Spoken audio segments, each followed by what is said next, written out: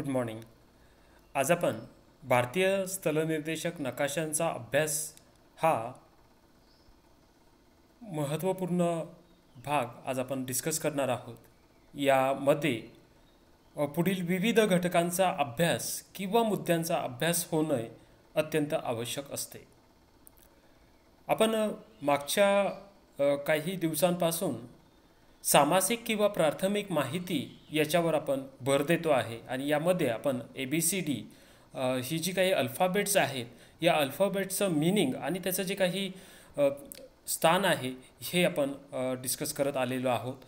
आता यामध्ये पहा, यावर्षी आपल्याला भारतीय स्थल निर्देशक नकाशा वाचन हे करायचं आहे. यामध्ये आपल्याला डोंगराळ किंवा पर्वतीय, पठारीय आणि मैदानी या विविध भूरचनांचा अभ्यास यामध्ये आपल्याला करायचा आहे. यामध्ये नकाशा तंत्र हे आपल्याला आत्मसात केल्यानंतर यातून आपल्याला अतिशय महत्त्वपूर्ण माहिती ही उपलब्ध होत असते. भारतीय क्षेत्रमापन स्थलनिर्देशक नकाशाचे वाचन किंवा अभ्यास करण्यासाठी पुढील विविध मुद्द्यांचा विचार होणे हे महत्त्वपूर्ण आहे. यामध्ये एकूण 9 घटक किंवा मुद्दे आपल्याला पाहायला मिळतात. पहिला यामधला आहे प्राथमिक किंवा सामासिक माहिती. यालाच आपण marginal information of the toposheet असं आपण म्हणतो. यामध्ये आपल्याला विशिष्ट भौगोलिक प्रदेशातील एखाद्या भागाचा अभ्यास यामध्ये असलेला पाहायला मिळतो. यामध्ये प्राकृतिक आणि सांस्कृतिक घटकांचा अभ्यास यामध्ये आपल्याला करता येतो. यामध्ये जिल्हा, राज्य, चुंबकीय विचलन, सर्वेक्षणाचे वर्ष, नकाशाचा प्रकार, त्याचं प्रमाण याबरोबरच इतर घटकांचा अभ्यास त्यामध्ये आपल्याला करता येतो. नंबर दुसरा मुद्दा भूरचना.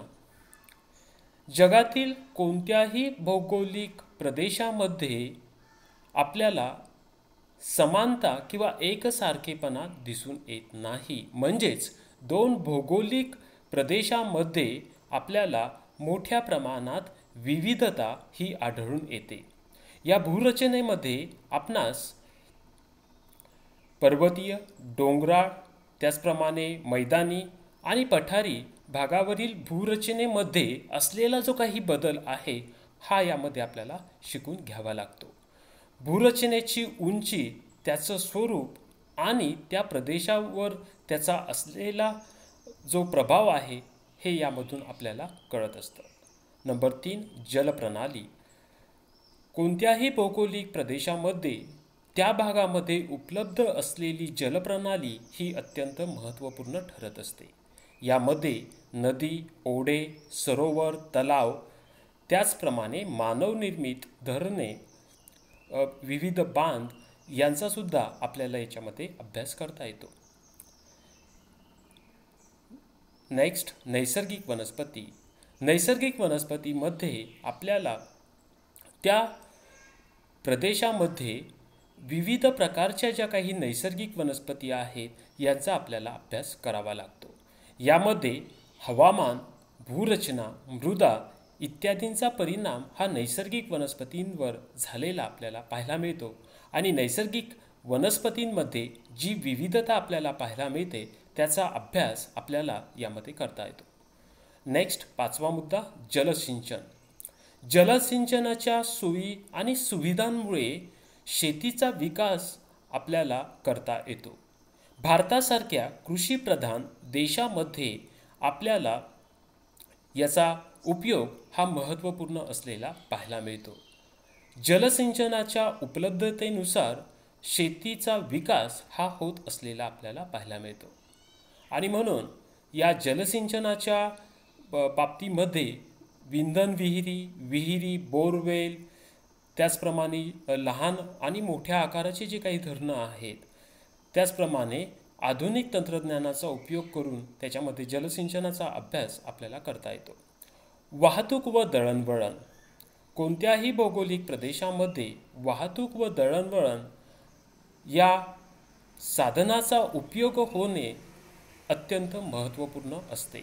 यामध्ये रस्ते, रेल्वे, त्याचप्रमाणे ग्रामीण भागातील विविध घटकांचा समावेश याच्यामध्ये असलेला आपल्याला पाहायला मिळतो. वाहतूक व दळणवळणाच्या साधनांचा मुख्यतः आर्थिक विकासावर परिणाम झालेला आपल्याला पाहायला मिळतो. नेक्स्ट, व्यवसाय.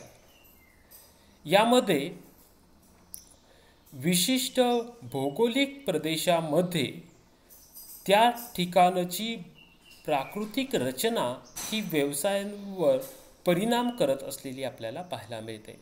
आणि मग या व्यवसायांमध्ये प्राथमिक आर्थिक श्रेणी, द्वितीय आर्थिक श्रेणी, तृतीय आर्थिक श्रेणी इत्यादी आर्थिक सेवांचा सविस्तर आढावा यामध्ये आपल्याला पाहायला मिळतो.